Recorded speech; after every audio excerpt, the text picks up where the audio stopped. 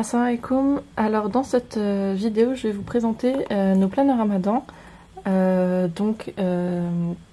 Ils existent en rose et en beige. Ils sont non datés pour pouvoir être utilisés d'année en année, pour pas avoir de problème de stock et pour éviter aussi le gaspillage. S'il y a des exemplaires qui ne sont pas vendus cette année, ils pourront être revendus l'année prochaine sans souci. Donc on est sur une couverture rigide en carton comme ceci, avec un toucher très doux. C'est mat, donc ça évite le côté kitsch brillant. C'est très agréable au toucher, c'est vraiment un effet peau de pêche, c'est vraiment très agréable.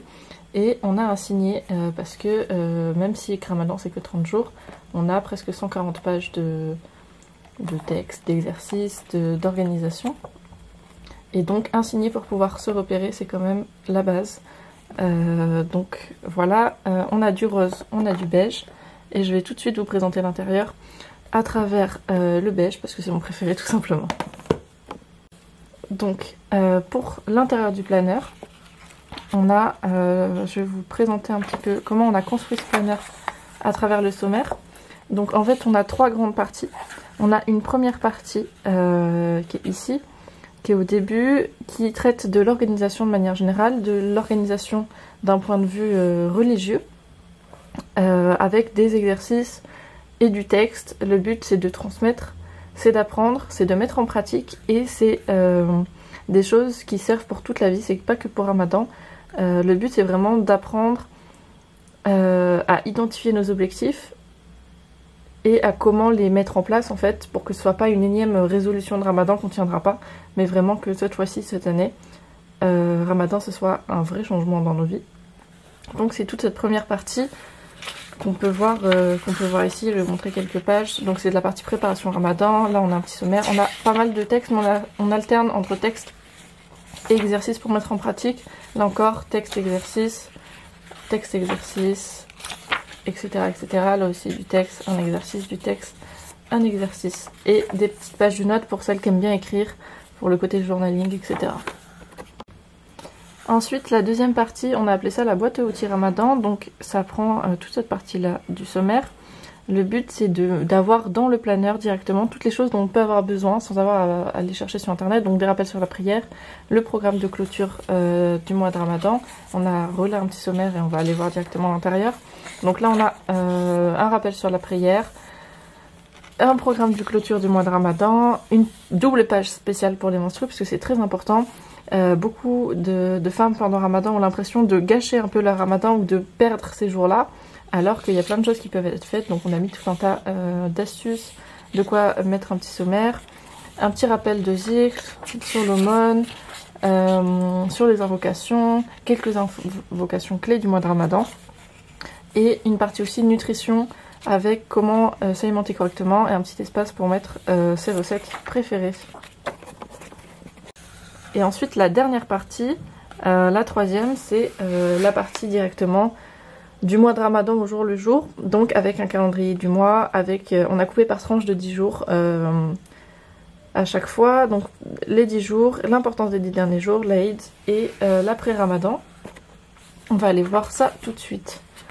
Donc on commence juste ici avec une vue du mois qui n'est pas datée, pour que justement éviter le gaspillage. Comme ça on s'ajuste en fonction de l'avancée. Comme ça permet aussi à celles qui préfèrent écrire le calendrier hégérien directement de le faire. Celles qui préfèrent utiliser le calendrier grégorien peuvent le faire. Celles qui veulent faire les deux ont largement la place pour faire les deux. C'est fait exprès. Donc ensuite on a coupé par 10 jours à chaque fois.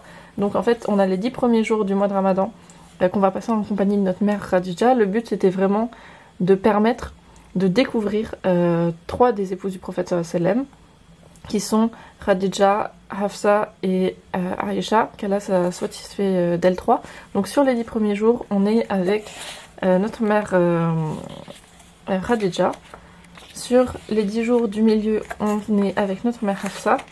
Et sur les 10 derniers jours, on est avec notre mère Aïcha. Donc je vais juste vous présenter les 10 premiers jours parce que le modèle est le même pour les 10 jours suivants.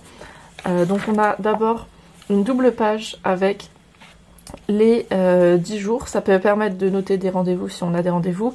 Ça peut permettre de se poser, de prévoir les repas à l'avance par exemple. Et de pouvoir faire les courses qu'une seule fois pour les 10 jours. Il y a largement la place de mettre un menu, c'est fait exprès. Et ensuite, on va arriver sur les pages quotidiennes. Donc les pages quotidiennes, elles sont coupées, on a une double page par jour qui est séparée un peu en deux. On a une partie spirituelle, une partie plus mondaine. Le but c'est d'être très pédagogue, très bienveillant en fait, très doux dans notre approche.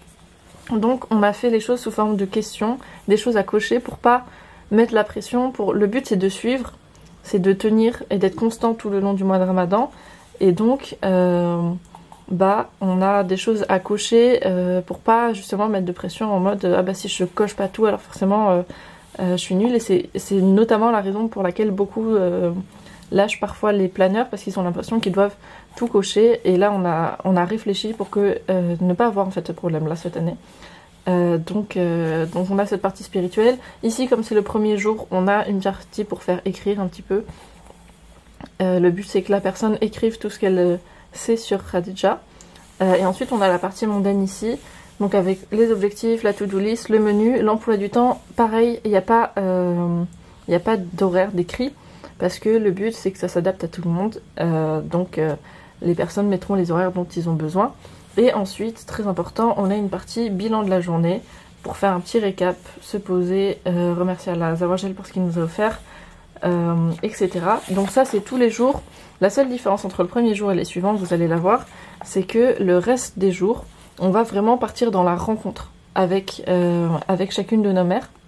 Donc ici, à chaque fois, tous les jours, il va y avoir des extraits de nos livres au sujet de nos mères, qu'Allah soit satisfait d'elles. Donc ici un extrait du livre sur Khadija. Ça permet de s'introduire, de découvrir, de rencontrer. Le but est vraiment de créer une rencontre avec nos mères, qu'elles nous inspirent, parce que ça doit être nos modèles dans cette vie. Ça permet aussi pour celles qui voudraient aller plus loin d'avoir aussi possibilité de creuser davantage en se référant directement à nos livres et en allant chercher et se procurer directement nos livres. Donc c'est ça ensuite pour tous les jours. Tout le long du mois de Ramadan, que ce soit avec Khadija, avec Hafsa ou avec notre mère Aïcha, qu'Allah soit satisfait d'elle. Sur les 10 derniers jours, petite spécificité, on a une partie rappel sur l'importance des 10 derniers jours, sur la nuit du destin, l'invocation, et de quoi se faire un petit programme aussi s'il y a des événements autour de chez nous. Et ensuite, ça fonctionne exactement comme précédemment. On arrive ensuite à l'Aïd. Donc pour l'Aïd, pareil, on a fait une jolie mise en page et tout, quelque chose de simple mais efficace. Donc ici on a un petit rappel des sunnahs de l'Aïd, un petit espace pour préparer l'Aïd, que ce soit au niveau des cadeaux, au niveau de la to-do list, au niveau d'un menu s'il y en a qui en font, un petit espace notes et une partie journaling pour noter tous ces souvenirs, tout ce qu'on a envie d'écrire sur l'Aïd, ce qui nous a marqué, peut-être réfléchir aussi, méditer sur la prière de l'Aïd, sur tout ce qu'on a pu voir. Et c'est un peu le moment aussi où on voit la diversité de la communauté. Et il y en a qui aiment bien écrire là-dessus, donc on leur a laissé cet espace exprès. Et ensuite, évidemment, Ramadan, c'est un mois, mais les bénéfices doivent nous durer toute l'année. Donc on a aussi une partie après Ramadan, qu'on a gardé simple pour pas surcharger et de faire un peu désespérer, si on peut dire ça comme ça, ou démotiver les unes et les autres. Donc on a une partie un peu vraiment réflexion, écriture sur mon lien avec Ramadan, sur mon lien avec Allah, avec ma relation avec le Coran, mes réussites et mes échecs. Le but c'est vraiment méditer, réfléchir, des petits exercices encore et une petite partie lettre à moi-même pour Ramadan prochain, puisque comme nos carnets sont vraiment d'une très grande qualité, machallah, et ils sont bien rigides. Le but c'est de les garder d'année en année, c'est pas quelque chose qu'on va jeter, et donc on pourra les ressortir d'une année à l'autre pour relire ce qu'on s'était écrit à soi-même et voir comment on a avancé durant l'année depuis le Ramadan précédent par exemple. Voilà pour cette présentation.